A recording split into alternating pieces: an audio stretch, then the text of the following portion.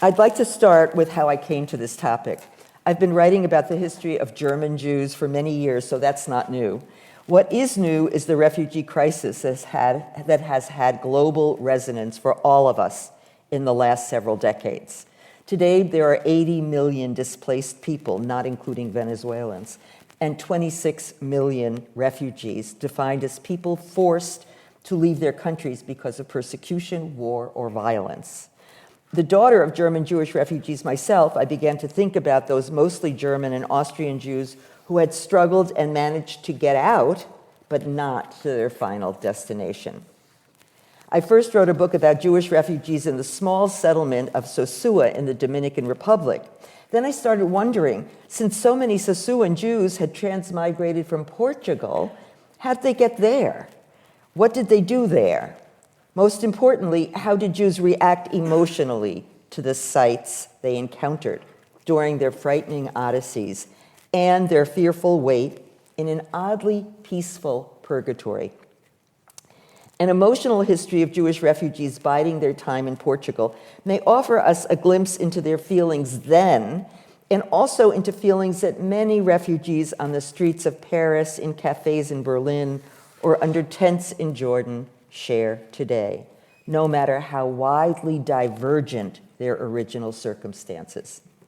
To begin, if I get this right, in the opening scene of Casablanca, released in 1942, and one of the 5 most popular American films ever, the camera zooms in on a map of Casablanca in relation to Portugal. We learn that the refugees in Casablanca wait and wait and wait for visas to get into Lisbon, quote, the great embarkation point for the freedom of the Americas. At the end of the film, the heroes fly off to Lisbon. Most Jewish refugees, however, reached Lisbon via far more tortuous paths, fleeing their homelands and then winding through the Low Countries, France, Spain, and Portugal, arriving destitute and forlorn. Before World War II, about 1/3 of German Jews fled Germany. Many of those seeking asylum from the Nazis went to neighboring countries, especially France and Holland. Even after the brutality of the Austrian annexation in 1938, very few refugees from Germany or Austria thought about Portugal. They didn't even consider it because it was a very poor agricultural country under another dictatorship. After the shocking violence toward Jews during the 1938 November pogrom, also known as Kristallnacht, in which Nazis burned down close to 300 synagogues, in which over 32,000 Jewish men faced incarceration in concentration camps, German and Austrian Jews urgently tried to flee. However, immigration restrictions in foreign countries stymied many. One refugee wrote, quote, every door is firmly locked and bolted, and so is every heart. That same fateful year, Portugal began to issue only 30-day tourist visas to persons who could document they already had visas and ship tickets to overseas destinations. Many didn't have that, and still they came, legally or illegally. Mass flight began with the fall of France in 1940. Millions, not only Jews, fled south. Let's see if I can show you the map. You get a sense of where people are coming from. Most foreigners, especially Jews, had to get out of France, where the police treated them with, quote, a combination of muddle and brutality, sometimes resorting to mass roundups that could end in a concentration camp. Yet leaving France proved treacherous, since the French were now cooperating with Germany and refused to give exit visas. Spain's stance on refugees crossing borders grew increasingly unreliable, making it hard to imagine a crueler way of torturing human beings. Here you see a group of French refugee children who did make it across. So, how did refugees get to Portugal, and how did they experience their stay? My research examined the many locations which refugees confronted in their attempts to flee Europe, as well as their thoughts, fears, and actions. Tonight, I focus only on 3 such sites: the borders refugees nervously crossed, the lines at consulates and aid organizations on which they fretfully stood, and the smoky cafes they uneasily inhabited. These sites triggered emotional reactions, sometimes feelings of anguish, other times relief, and often both. Refugees with and without proper papers faced borders, 4 of them, with angst and expectations. You see, they had to cross the French border to the Spanish border, and then the Spanish border to the Portuguese border, so 4 guard posts. Would guards let them through or turn them back? Were their numerous documents sufficient, whether legitimate or forged? At each crossing, anxiety skyrocketed. Quote, borders meant danger, something could go wrong. Perhaps one didn't have all the papers. Or forged papers could be challenged. German Jew Hans Saal tensely crossed the border with his, quote, brand new Danish passport, made by, quote, one of the best craftsmen in the field. Many refugees faced harsh scrutiny by German border patrols, and here you have a picture of that, at the French-Spanish border, including being forced to strip completely. Some refugees made the desperate decision to flee France without any papers at all, avoiding all border guards. That could take between 3 and 10 hours up the Pyrenees and a few hours down to Spain. Leah Lazego, with 2 children and a 3-month-old infant, climbed the Pyrenees on foot in 1943. Portugal demonstrated generosity at first, admitting tens of thousands of trans migrants. By July 40, Lisbon had emerged as the best way station for Jews to escape Europe for North and South America.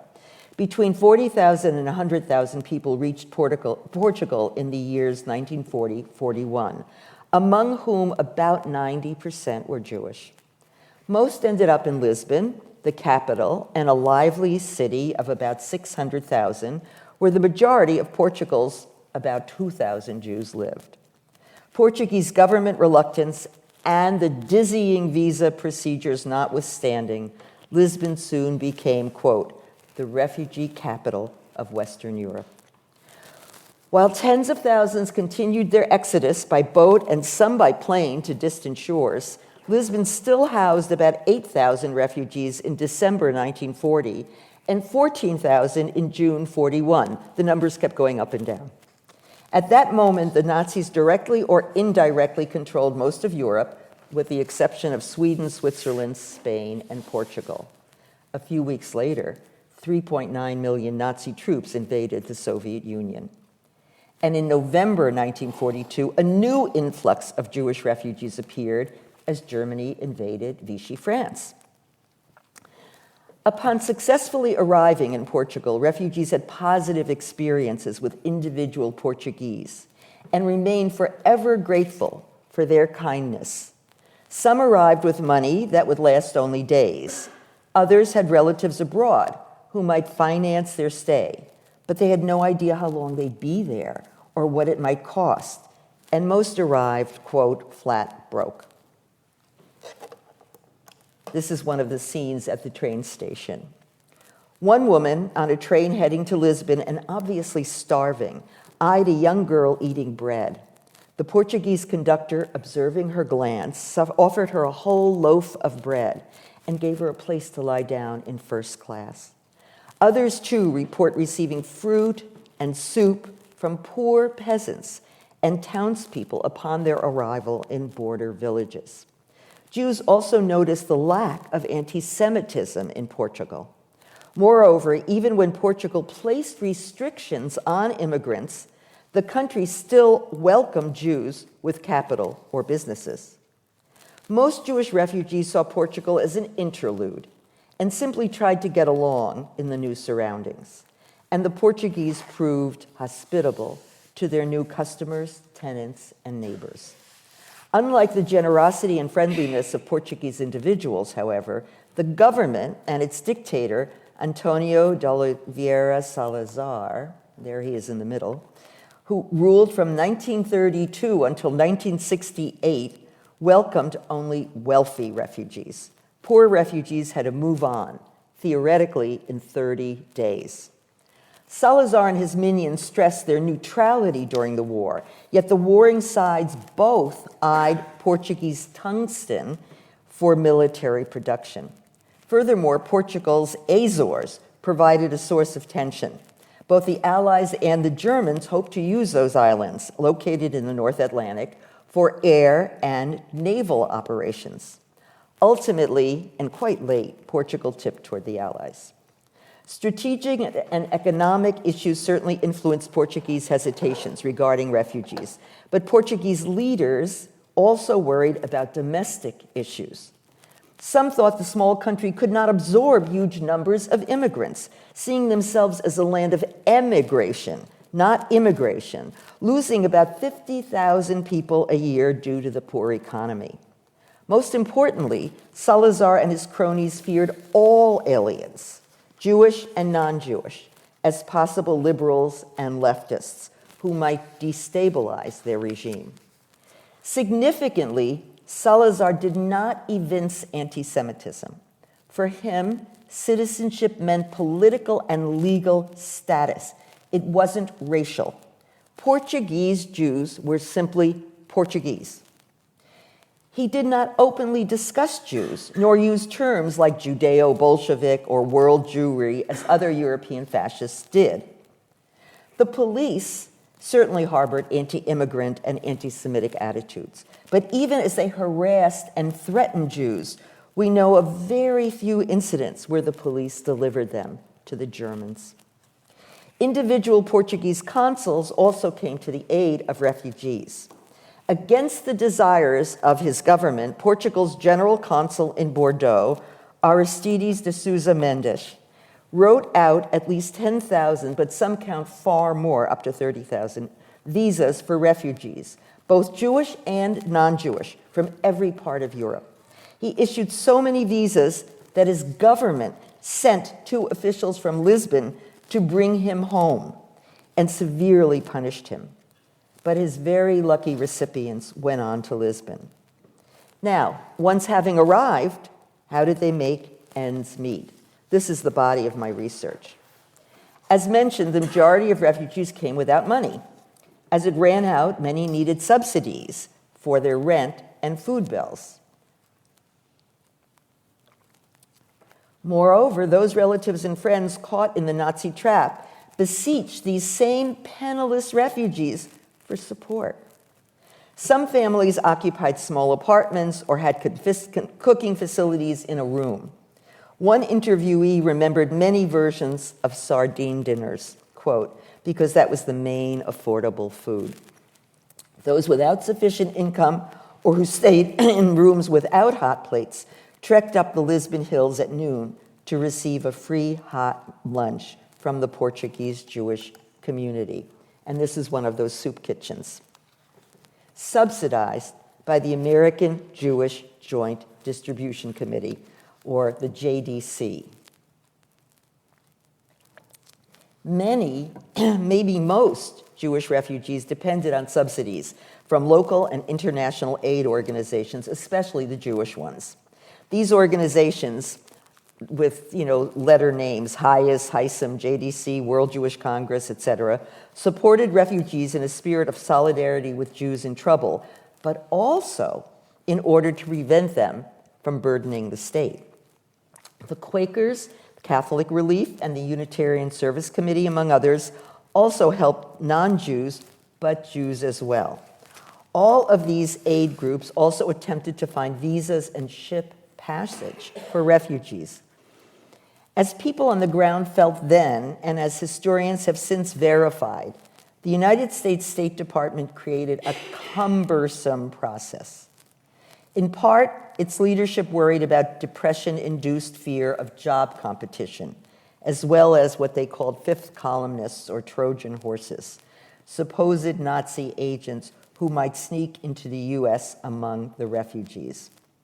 In addition, attempts to persuade the US administration and elected representatives to welcome more refugees ran into, quote, the stone wall of anti-Semitism. Severe entrance limitations and excruciatingly slow application processing reduced immigration to a crawl. And this is not unsimilar to what's happening in the USA today. Forced to engage in a paper chase, refugees spend anxious moments on lines at the post office, at aid organizations, and at consulates. A repetitive schedule of errands demanded time and attention. The Peccolis family, having fled Italy, passed long days engaging in the anxious rituals of refugee life, pursuing documents to secure their safety. This meant lining up at the police for permissions to stay in Portugal and at the consulates for permission to leave Portugal. In order to acquire proper papers, Carla Peccolis and her husband turned their Lisbon room into an office. While Alex went out to visit consulates, police commissioners, travel agencies in search of a million things, quote, travel permits, proof of citizenship, money exchange, ship passage, and so on, she pounded out letters on the typewriter addressed to friends and relatives, especially in New York, with requests that went from a simple testimonial, authenticated by a notary, to the all-important affidavit that would place the responsibility for their future on the shoulders of whoever acted as guarantor. Refugees seeking visitors extensions or visas and waited on endless lines wherever they went. Erica Munn, on a short trip to Lisbon from England in the fall of 1940, had to appear at the police office for foreigners. She walked 8 minutes to the end of the line, and she thought that the line at the American embassy had no end at all. Carla Peccolis summed it up. While waiting, refugees faced, quote, a jungle of consulates, police stations, government offices, bureaucratic red tape, loneliness, homesickness, and withering universal indifference. She concluded, it would have taken the pen of a Kafka to depict the world of visas in all its surrealistic absurdity, that of a Dostoevsky to render the nightmare of the petitioner's struggle for survival. In the end, the refugees had only one occupation: waiting, waiting, and waiting. These consulate lines heightened anxiety, frustration, and often dejection. Many refugees, like Ann Corey's parents, waited on lines for visas to go anywhere. Countless began to feel that no country wanted them. Black humor makes the point. A refugee enters a travel agency and says he'd like to go to any country in the world. The agent brings out a globe, and the customer studies it carefully, finally asking, is that all you have to offer? Besides lining up for consuls and police, most refugees waited at aid agencies. Daily interactions with these organizations provided relief and exasperation. The refugees themselves understood that American Jewish organizations offered a lifeline. Hansal wrote that they paid their hotel or boarding house, the food they ate, the doctors they needed, and, quote, the pills for anxiety and depression. Gratefulness, however, clashed with frustration, similar to the resentments and mistrust that often complicate relations between social welfare organizations and their recipients. Refugees had suffered dramatic economic and social decline. Hannah Arendt sought, quote, parables of increasing self-loss. She explained, quote, we lost our home, which means the familiarity of daily life. We lost our occupation, which means the confidence that we're of some use in the world. She continued, once we were somebodies about whom people cared, and even known by landlords as paying our rent regularly. She described a frustrated middle-aged man who had appeared before countless aid committees, quote, in order to be saved. At one aid organization, his emotions triggered an exasperated exclamation. Nobody here knows who I am.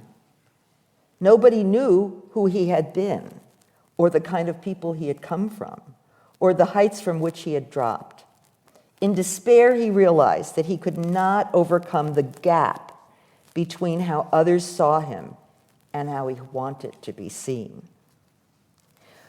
When the refugees finished their visits to consulates, aid organizations, and shipping offices, they often headed to the central square, the Rocio, to sit in cafes, which became a kind of diasporic homeland. This new transnational and temporary home offered a site where one, quote, heard more German and French than Portuguese. Some, like the Cafe Palladium, seemed filled with refugees. Lisbon cafes, no longer simple sites of sociability, although that may have been a pleasant byproduct, offered indispensable locations in which to share advice and rumors. Rumors were known as the refugee telegraph, about the war and about possible visas. Conversations circled around various consulates and aid committees to which individuals could apply. This liminal world of cafe identities allowed most Jews a semblance of normalcy, a place to remember who they once were and feel recognized by others from their previous worlds. Stretching a cup of coffee for hours, women and men found solace among people in the same situation. Many faced the same psychic hell, worrying about family and friends left behind, mourning the loss of their homes, jobs, and reputations, fearing the process of starting all over again in a new place with a new language and new rules. By sharing angst and empathy, cafe patrons bonded, yet they were also rivals enveloped in their own misery. They depended on one another for friendship and support, but they competed for scarce visas and insufficient space on ships. Sharing hope, they needed to repress envy when someone else succeeded. When one woman received her American visa, the cafe in which she passed her days first erupted in a flurry of questions. What kind is it? A visa to immigrate or an emergency visa? Where'd you get it? Certainly not here. When do you leave? Despite their companionship, these cafes also did not provide freedom from danger, since occasionally the police would swoop down on these cafes and arrested individuals with inadequate papers. Moreover, rumors increased nervousness. One family heard, quote, partly in jest, partly in earnest, that Germany would take Spain in a day and capture Portugal by telephone. From Pearl Harbor until war's end, refugees remained in limbo, confronting more lines at consulates and police stations. Visas ran out. Many faced quasi-incarceration in small villages, locations that the Portuguese government called fixed residences. They were like internment camps, but they were lovely little fishing villages north of Lisbon. But people couldn't leave. And in order to get your visas or your ship tickets, you had to get to Lisbon. So you needed to go to the police and ask the police for special permission to get away for 3 or 4 hours and then come back. So they weren't concentration camps or internment camps. They were fixed residences. That's what the Spanish called theirs, and that's what the Portuguese called theirs. One social worker observed that the refugees lived, quote, in a hiatus, rather like a patient with an unknown disease who waits anxiously for an unknowable diagnosis. Arthur Koestler put it more dramatically, as he always did. They were all escaping from the past and striving for some safe shore of the future. The present in which they lived was a no man's land between the two. These refugees, much like so many today, had become what Hannah Arendt called the new kind of human being, the kind that are put in concentration camps by their enemies and in internment camps by their friends. Those refugees, lucky enough to jump the myriad hurdles between their country of origin and the Portuguese coastline, had suffered enormous physical and mental anguish. En route to Portugal, and penniless, many searched for food, shelter, and visas. They crossed terrifying borders, lined up at exasperating consulates for increasingly unattainable visas, and at aid organizations for support that most of these formerly middle-class people had never required and never expected to need. And they sat in cafes, quote, those meeting places of refugees from all over the world, exchanging rumors, vying for visas, and consoling each other. Ambivalently and ambiguously, Portugal, a poor country whose dictatorial government feared foreigners and leftists, offered a relatively safe haven to refugees. Its wealthier inhabitants and its very poor inhabitants extended solace and support and left strong positive impressions with the Jewish sojourners. Lisbon emerged as a symbol of temporality and transition, and Portugal ultimately saved the lives of tens of thousands of Jews who managed to get there. Despite vast contrasts in time, place, religion, ethnicity, and regimes, refugee groups shared similarities, especially feelings about being forced from home and from loved ones while waiting for the world to react. Then and now, no one flees home unless they have to. Warsanshire, the first young poet laureate for London in 2013, put it this way: no one leaves home unless home is the mouth of a shark.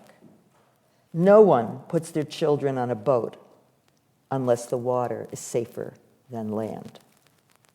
During World War II, Jews, and more recently, Middle Easterners, Africans, Central South Americans, have fled their homes and histories while begging strangers for kindness.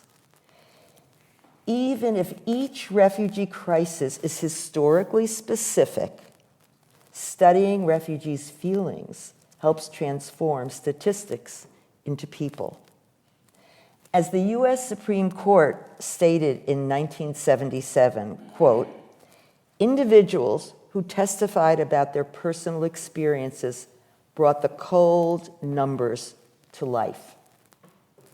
Paying careful attention to the words of refugees in Portugal may help us to understand Jewish heartbreak and perseverance in the 1940s, and also to listen compassionately to refugee stories in our own times.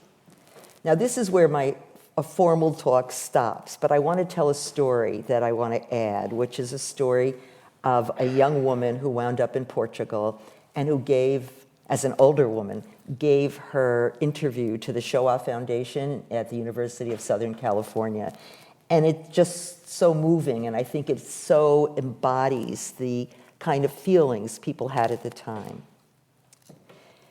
Since many of the Jewish refugees were children then, and over half of today's refugees are children, this is the story of Annette Scher.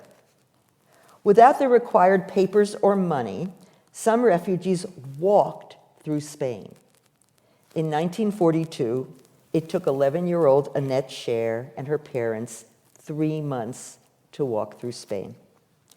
One cold night, as they tried to sleep in yet another barn, warmed by the breath of cows, she realized it was December and began to cry. She declared, "It must be Hanukkah, and we have no menorah," which is the traditional candelabra for Hanukkah. This moment turned into a lasting memory when her father responded, "What do you mean we don't have a menorah? We have the most beautiful menorah in the world." He opened the barn door a crack and he said, "Pick out the shiniest star. That will be the shamus, That's the candle that lit the other candles. Now, find the other candles. So I found 4 on each side, and we lit a menorah in the sky.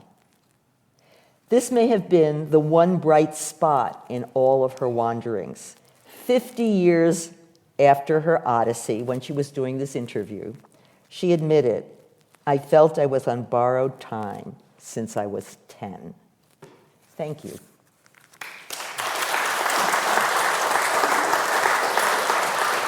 Did many of the immigrants stay in Portugal after the war? Were they welcome and could they make a life there? Actually, very few stayed. Most wanted to go on to friends and relatives in South and North America, but dozens did stay and married and have children there and grandchildren there. There's a very nice film, if you can get it on the internet, Under Strange Skies. And it's by, the director is Blaufuchs, Blaufuks, and he's one of the grandchildren of one of these German Jewish refugees. And he speaks about how they integrated and how they stayed pretty German as well. You know, like they had his grandma had card games and coffee and apple cake at 4 o'clock every afternoon. And so there were a lot of kind of what he would see as German customs. But then there's another very nice book by Marion Kaplan called Continental Britons, and that's about German Jews who came to Britain and who, if you look at if they came out early enough, if they didn't have to just flee with the clothes on their back, they have the rugs and they have some of the furniture and they have many of the habits that they brought with them from Central Europe. Thank you. What I wanted to ask you was the attitude of the Roman Catholic Church. Now, it seems from what you've said and what I've heard, it seems to vary from country to country. For example, and also the Protestant churches. Of course, in Germany, we had Dietrich Bonhoeffer, as you know, who opposed this kind of treatment.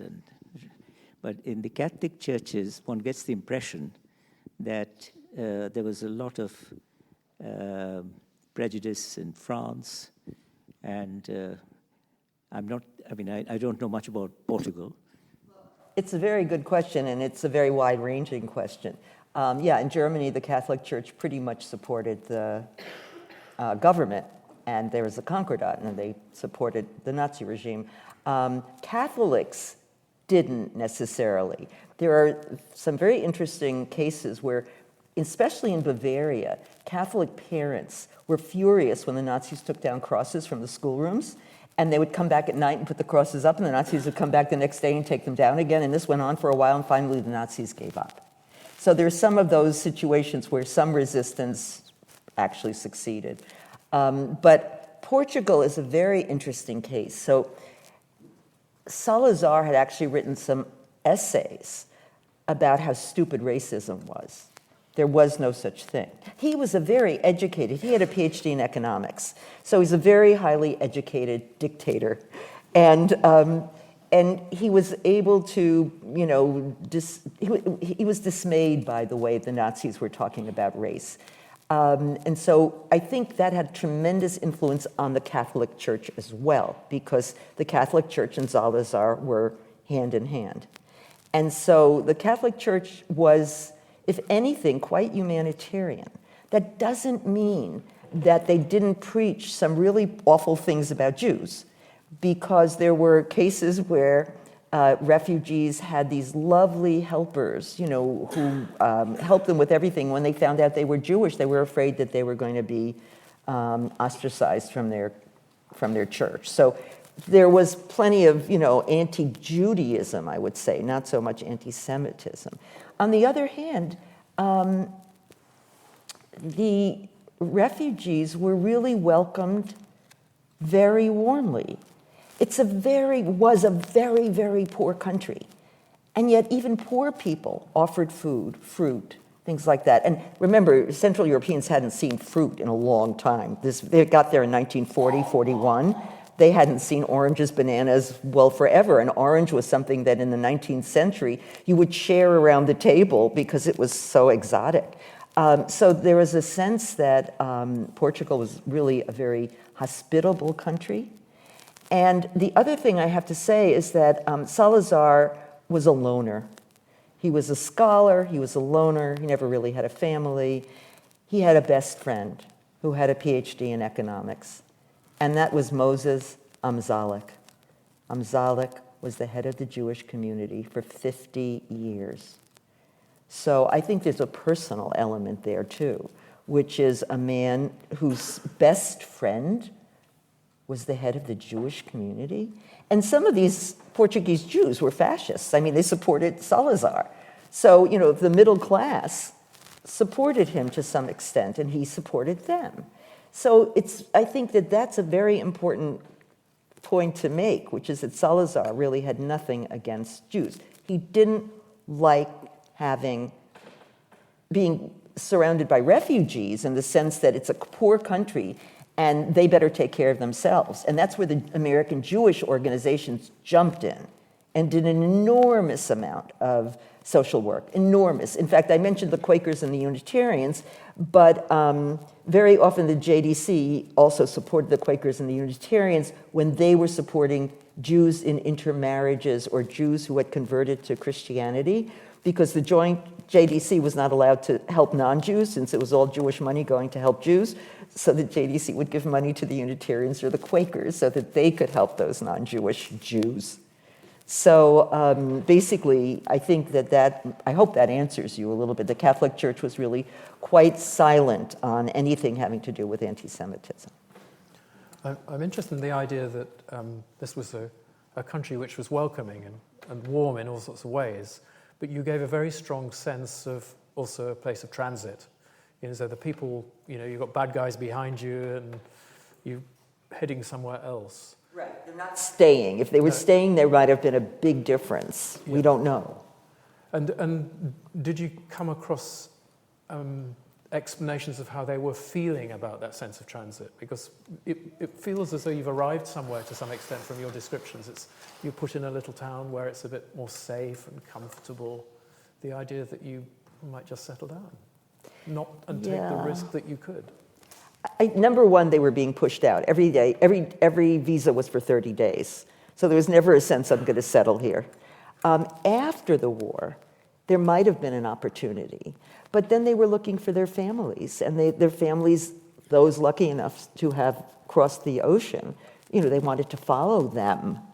And some even went back to look for family in Central and Eastern Europe and, of course, didn't find them. And then they had to think of where they're going to go. And then some of them went to Palestine. So Palestine was an option. But most of the ones who were in Lisbon wanted to go across the Atlantic. So. And how is this perceived in modern Portugal, this period of history? It's being played up a lot lately. So, you know, there's going to be a museum in Lisbon shortly. And there is already a very nice museum in Vilar Formoso, which is on the border between Spain and Portugal, which is where the trains left the immigrants. So the trains that went across Spain. So you could get there by many ways. You could get to Portugal by plane if you were wealthy enough, and then that stopped with the war. And then you could go by train, which is the way most people went. And then you went by foot for those who had no papers. And that's many, many people. But if you went by train, you usually got off at Vilar Formosa. And that was a tiny little nothing village. It still is a tiny little village. And very lovely, with a nice museum of about refugees. So I think I would, I haven't seen the new museum in Lisbon yet. I think there may have just been a groundbreaking. I'm not even sure there's a building yet. So I think they're very proud, and they should be proud. They were very hospitable. Thank you so much for this really interesting and also heavy talk. I was really intrigued by the cafes and by the question of sort of how the experience of going to the cafes might have been different during this period as refugees than what these individuals might have experienced before before this wartime situation. I was thinking particularly about who gets to go to the cafes, whether there's whether there's any sort of gender dynamic that might be different than what might have existed in, say, a literary cafe pre-war. Thank you. Didn't plan her. But I'm always thinking about gender, so it's a great question. First of all, everyone went to cafes because a cup of coffee was cheap and you could sit there for hours. So it wasn't like the wealthy could go. And everyone went there, and not only that, I've read reports where former enemies, let's say the Social Democrat from one city and the conservative from another city, would sit together. Nobody cared anymore because it was all over, really. And so people who had even known of each other and didn't care for each other would sit together in these cafes, trading information and rumors. Women, European women, Northern European women, French women, went to the cafes. Portuguese women never went to those cafes without a male escort. So these, in terms of gender, Portuguese were a little put off by Northern European women. They wore short sleeve. It was hot. It was also summer, June, July. They wore short sleeves.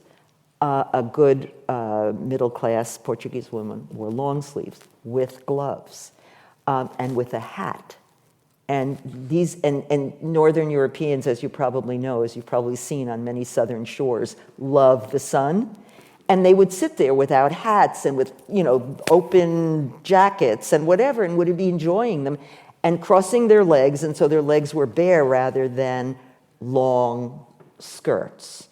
And so at first there was Portuguese took offense at that.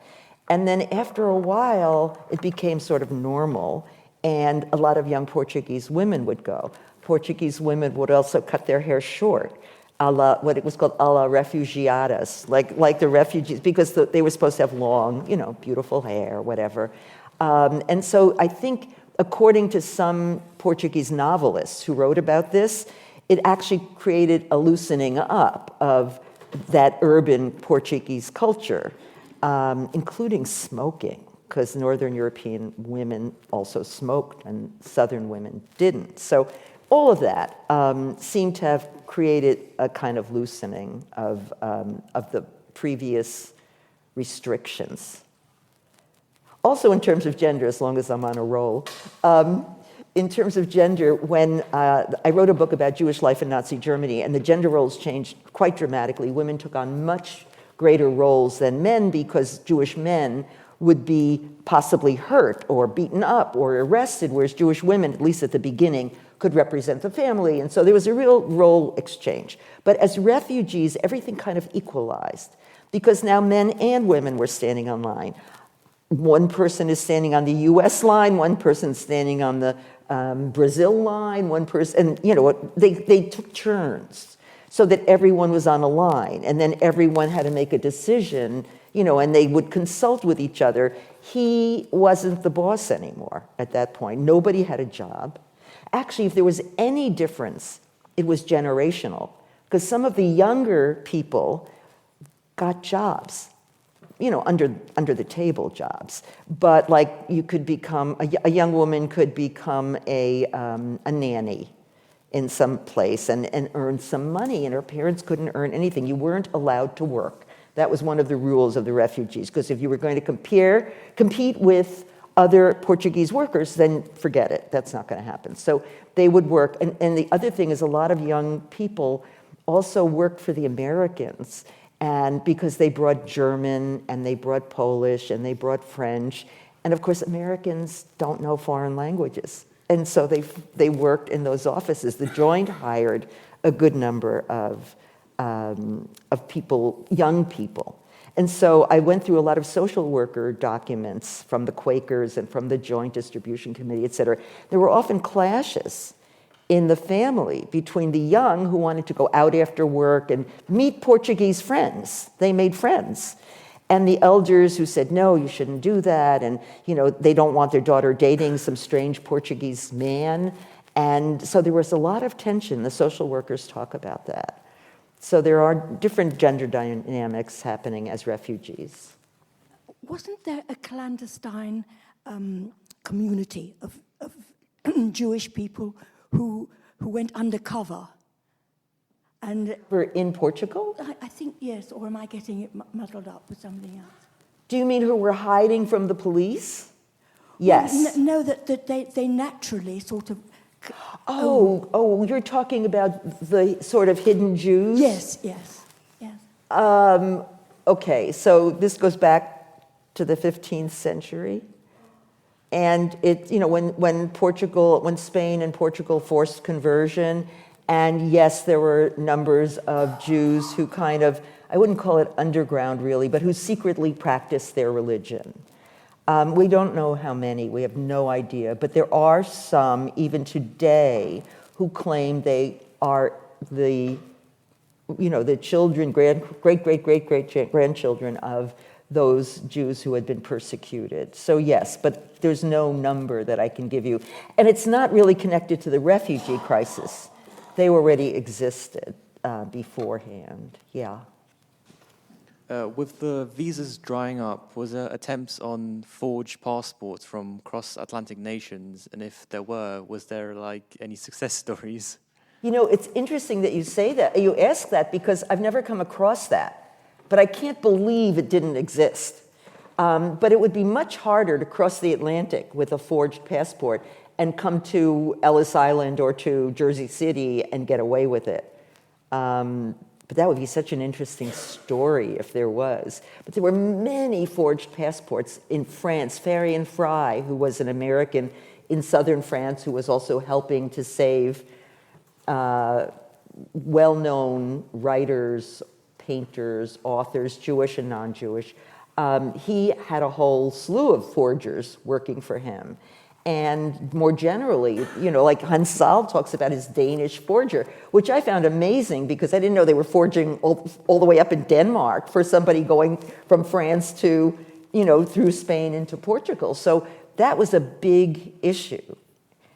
And I like to actually underline the illegality because today, at least in the United States, I can't speak about England, but in the United States, there are people who without the right papers are often called illegals. Well, that's the only way people get their lives saved, is being an illegal half the time. So, I see that as perfectly okay. You wanted to save your life and that of your children, go for it. Get yourself an illegal passport or climb the Pyrenees if you can do that. But it's often used as a, kind of a derogatory thing. But they're trying to save their lives. Most of us would probably try to do the same thing if it were possible. So that's all I can say. I can't say about the American part. I'm just trying to get a sense of, as the Jews were moving towards Portugal, was that they were just going and going and going until they couldn't go any further, or going and going until they felt a little bit safer? Were any of these aid groups in operation in Spain at that time? Or I'm just trying. You made it clear at the start, because also this thing about, was it just word of mouth that was coming, that this, to come to Portugal, or was it just a sense of them going as far as they could go without getting across the Atlantic, and then the next step would be to get across the Atlantic, if that makes sense? In Portugal, we're both neutral countries. It was very important to get out of Nazi-occupied, Nazi-controlled Europe. So sure, those would have been two logical places. Portugal is also very close to it's on the Atlantic, so it's the easiest place from which to leave. But first they went to Marseille until that became difficult, almost impossible. So it's not like if they could have stayed safely in southern France, many of them might have. But those who had visas, especially to get to the U.S., they had to get to Portugal after the Nazis come into France. Prior to that, they could leave from Genoa, they could leave from Marseille. There were other ports, but Lisbon was the port of last resort. So that's where they had to go. Did they have anything in mind? I don't think they had in mind that they were going to settle in Portugal. And once they got there, they were told they had 30 days. After 1938, late in 1938, they only had 30-day visas. You spoke about the families that travelled across Spain to get to Portugal. So just get that sense of, did they have that in their sights, or did they just have to keep going because they weren't safe and they were trying to get... Okay, so I would answer that by saying Franco was very averse to having Jewish refugees, very. And he didn't want any. He got some. In fact, people say that, that nobody was allowed in because Franco wouldn't let them in, but in fact, Jews did come across, and the Joint Distribution Committee actually had a few select representatives in Madrid, so it's not like they didn't know, the Spanish government didn't know about it, but they didn't want them. So there was no way in which this family walking on foot across Spain could have said, gee, this is nice here, I'd like to stay here. And they had very little money, and the vision of sleeping near cows because they have warm breath really stayed with me, because I wouldn't think of that. I mean, of course, I grew up in New York City. Why would I think of that? But you know what I'm saying? It's just like an amazing thing, and it also shows the lack of money. They don't have money to spend in a warm shelter at night. And so that was, just moving westward made sense. They couldn't go eastward. The war was east. They couldn't stand still because they would be arrested. So what choice do you have? They're two neutral nations, and one doesn't want you and the other is willing to put up with you. But as you said, they're willing to put up with you because you're in transit. They're not assuming you're going to stay. Thank you. Fascinating talk. Thank you so much. My understanding from family anecdotes and elsewhere is that in London cafe culture in the war, the Austrian Jews and German Jews, for instance, kept pretty much separate from one another and in some cases had pretty sort of low opinions of one another. Was there any indication that that was the case in Lisbon as well, that people coming from different parts of Europe remained separate? Well, not so much Austrians and Germans, but I'm sure that existed. Look, every ethnic group has its own prejudices about every other ethnic group. But in the cafes, it was very, very mixed. And I can just speak from my own research and personal knowledge that in the New York area, German Jews and Austrian Jews just mixed all the time. The Austrians were known as having much better food and better cake. So, German Jews went to Austrian cafes. So that makes sense. The book I did on the Dominican Republic, there were Austrian cafes that were set up immediately. It's like you couldn't live without a cafe. And it's cafe in a banana plantation. And they didn't have apple cake or, apple strudel, but they used plantains. So they were very innovative, and the Austrians were always known as having the better cuisine. But I wouldn't be surprised to know that there were some, prejudices against them. And I mean, Jews are such a mixed group of people. You have ultra-secular, you have ultra-Orthodox, you have, from different countries. It really doesn't seem likely that they'd all be just one big happy family. That's just not the way the world is. And it's not just Jews, right? Other groups have the same issues. Hi, hello, thank you. You started your talk framing it in terms of refugees and then linked it with the situation in South America now, and obviously large immigration from the South to the North America. Well, we have the same issue here today. And for example, my personal view is that the situation of Jews in the 1930s was remarkably different than the majority of refugees today that we experience. And I've just been doing some research in Ireland because they have a major issue with mass migration from Georgia, from Albania, from Algeria, from Nigeria, none of which are countries that will be persecuted in.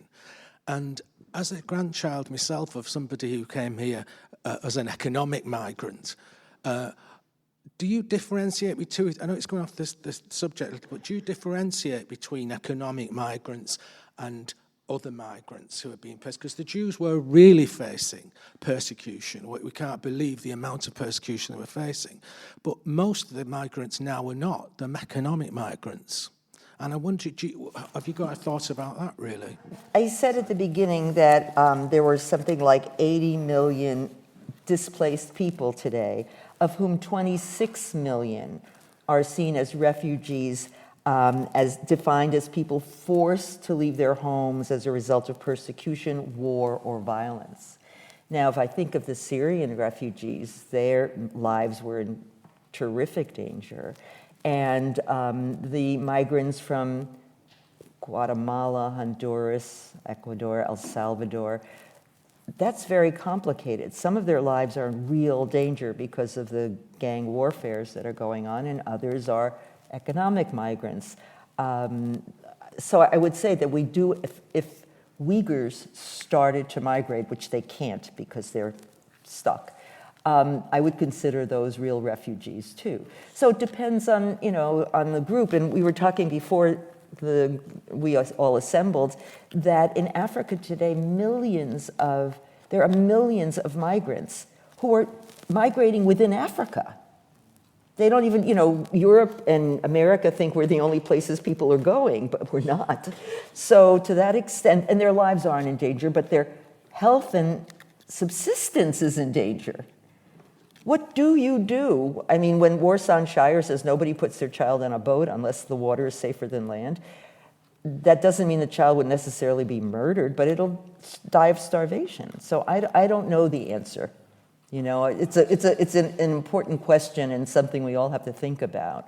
And I don't have a pat answer for that. Sorry. You say the visa was valid for 30 days. What happens if they didn't get out within 30 days? That happened to a lot of people. Yeah. So let's say you had your visa and you missed your boat. That happened a lot because you couldn't get across as fast. You'd gotten your visa in Berlin, let's say, then you schlep across Europe, and then you finally get there and the boat's gone. You had to apply for a visa again. And it could take forever. It took one woman 5 years. So it didn't happen automatically because the State Department was purposely slowing down the process.